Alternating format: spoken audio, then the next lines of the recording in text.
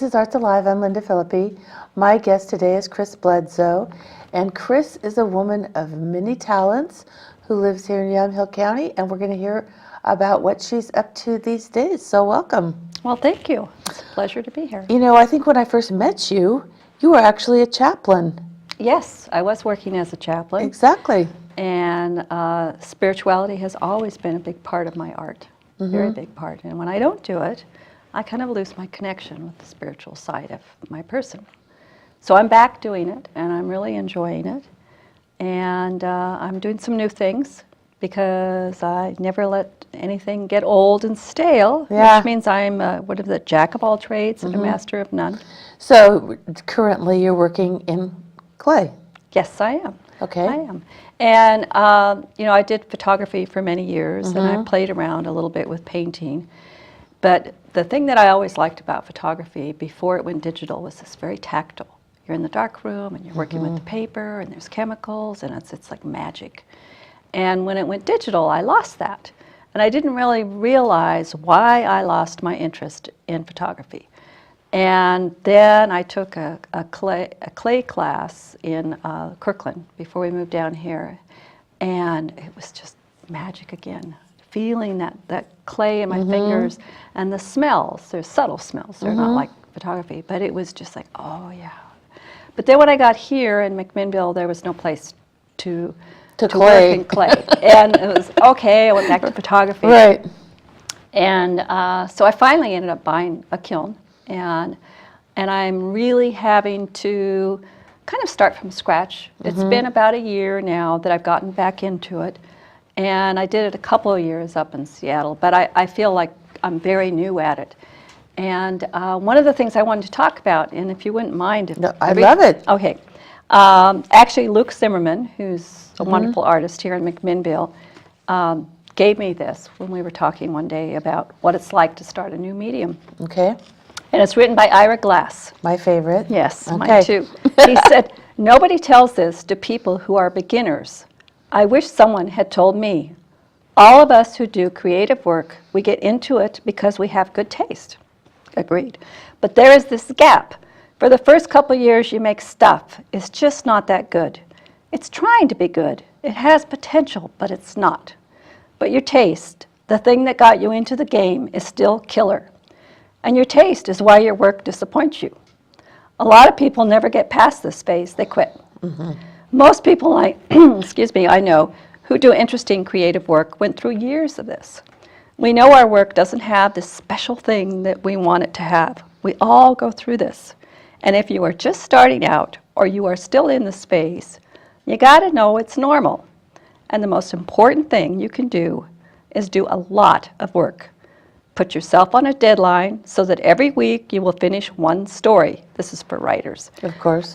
It is only by going through a volume of work that you will close that gap, and your work will be as good as your ambitions. And I took longer to figure out how to do this than anyone I've ever met. It's going to take a while. It's normal to take a while. You've just got to fight your way through. And this just speaks volumes to me and to many people I know who are artists. I actually have this in my studio, and when I get frustrated and something doesn't turn out the way I envisioned it, I read this and okay, that's all right. And I have a little self-talk, and it goes out on the pile of discarded pottery in the back of my studio, and I move on. And it's really great. Do you know the potter Dan Wheeler? Do you know who he is? No, I'm sorry, I don't. Well, he lives at the coast now, but he used to live here. And I remember one time, this was years ago, and I was interviewing him, and he said, you know, when I first started out doing clay, I thought, wow, you know, that's a pretty good bowl.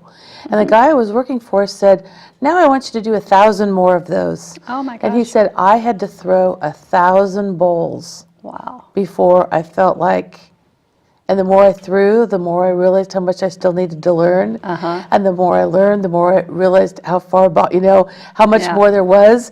And he said, after about 1,000 of them, though, I started getting the hang of it. So I'm teaching myself. I'm buying different DVDs, and I'm forcing myself to do things that I would normally not want to do to get the skills that even if I don't want to do a piece like that, I have the skill and I can apply it to something else. But I don't do functional work, and I have a couple of the pieces here. Oh, yeah. He'll put them up. Yeah, so I don't do functional work, and so I prefer to do sculpture, or if it is semi-functional, it's going to be a little bizarre, just because I personally feel like I can go buy a perfect bowl and a perfect plate Exactly. at the store. Yeah. And but I can't. You can't buy the pieces that I'm creating. Now, you might not want to buy them, but you can't buy them because they're very unique to me. Right, and as you were talking about this, that this is sort of, your spiritual practice. Right. And so what's coming through for you is not necessarily a perfect bowl, it's whatever spirit says to you. Yeah. I like that, yeah. Yeah, and it's the way on any artist will tell you that when you're really immersed in what you're doing, that you lose all sense of yourself and all sense of time. And when that happens, well, that's a piece. That's a really interesting piece. I made that out of a lot of leftovers of clay, and I just kind of smashed clay around. I love it. And cut holes in it and and then laid feathers on it because I raised poultry, and I laid feathers all over it. And that was one of those moments. Like, I didn't expect this to turn out. I didn't care. I was just having fun. I was like a little kid, I was like, okay. What's it gonna be? Yeah, and then after I fired it, and then I thought, well, this needs some fall. This looks like leaves. I didn't even know it looked like leaves when I was making it, and so I finished it. So that's the way that I work, as opposed to having a plan and then following through on a plan. Most of the time, I don't know what I'm making, and it just kind of comes out on its own. And the more I do that, the more I like the work that I do. And if I set out to do a coffee cup, I'm pretty bored. Unless I can make the coffee. The problem is, when I'm done with the coffee cup, you might not be able to drink out of it. You might recognize that it's a coffee cup, but you're not going to want to drink out of it. And then this piece, I don't know how well you can tell, but this piece is actually made with, I saw a video where a fellow used nails and brads and things in his work, and I thought, well, that'd be fun. So I tried doing that with this piece, and you can't see the top, but I have brads up at the top, so it's kind of a vase, and you can put the flowers in the brads so they stand up. Oh, right, okay. And so then it's kind of like having a frog, but it's up the top instead of at the neat, bottom. Yeah. And I just like the colors. oh, thank you, and that was definitely an experiment. I think I may do more of that look because I like the way it turned out. Oh, yeah. And that piece is, there was a challenge to me. Currents Gallery was having a 12 by 12 show, and you had to create something on one of their canvases, and it had to be 12 by 12. And so I did just three different ones, and this is the one that I liked the best. And I call it Warrior. I'm not really certain, what it is, but to me it's Warrior. It's kind of a globe, and it's kind of some armor. And it's definitely not sweet.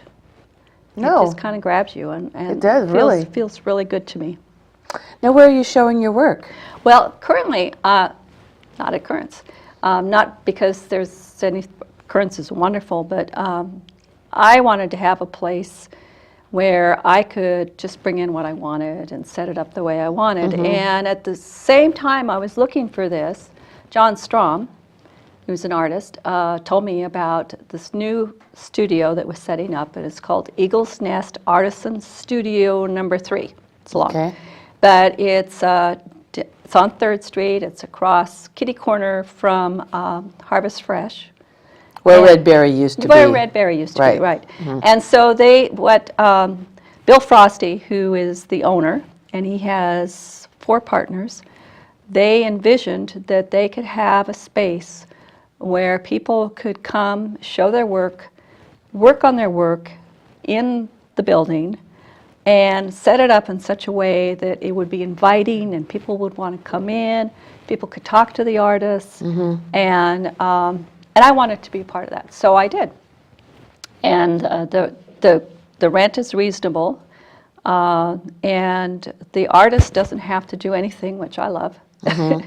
There's no. Well, you have so many other things going on in your life. I mean, and you help run a farm. Right, I help run a farm, yeah, yeah. And the animals take up a lot of time.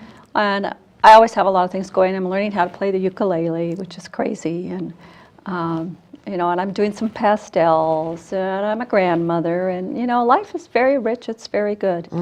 And, you know, so I feel that I'm probably one of the luckiest people alive. And having this booth at the studio allows me, when I'm working, to know that there's a place where I can put that work. Right. And I really hope to have, and there's my space. It's right up by the window. It's lovely. Really, you have a great spot. Yes, thank you. And so I have some of my old photography there. And I also have a pastel I've done. And my sister, there's a rack over there. My sister does these beautiful felted scarves. And so I'm selling those for her in the booth. And, you know, it's just perfect. And everybody has their own little world and their own little niche there. And You know, I was going to say, when you were saying some of your old photography, I mean, people still love Ansel Adams, and he's been gone a Yeah, long time. I mean, there's something that's really timeless about photography. There is. You know, and I love your images, and I love the way, you know, the way that you see the world, just the way that you're able to capture things. I really love your work. Thank you. Yeah, Thank for you very sure, much. so. Yeah. And I'm just doing a little bit more.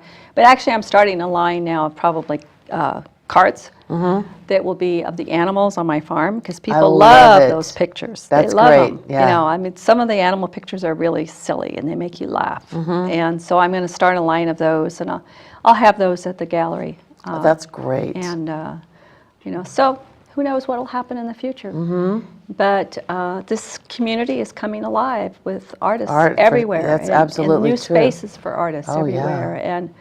And you know, the first time I talked to you was 8 years ago, when we sat right here and we talked about photography, and I was new in town.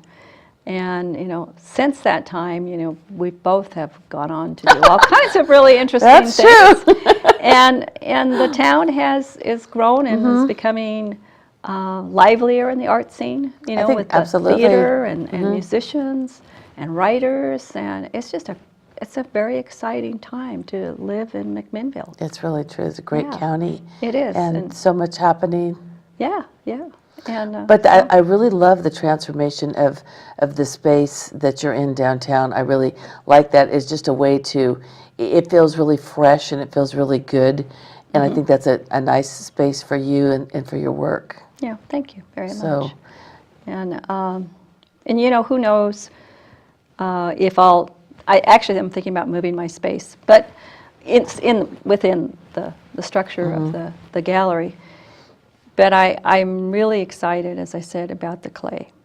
The clay is wonderful. The Well, clay Kris, is fun. I really want to thank you for being here today, and I really look forward to what you have coming up in the future. So if you want to come back, you know, down the road into summer, whatever, and keep us apprised of what's happening in your world, we'd love to have you. And where the spirit's moving me. Exactly. Yeah. Thank you. Yes, thank you.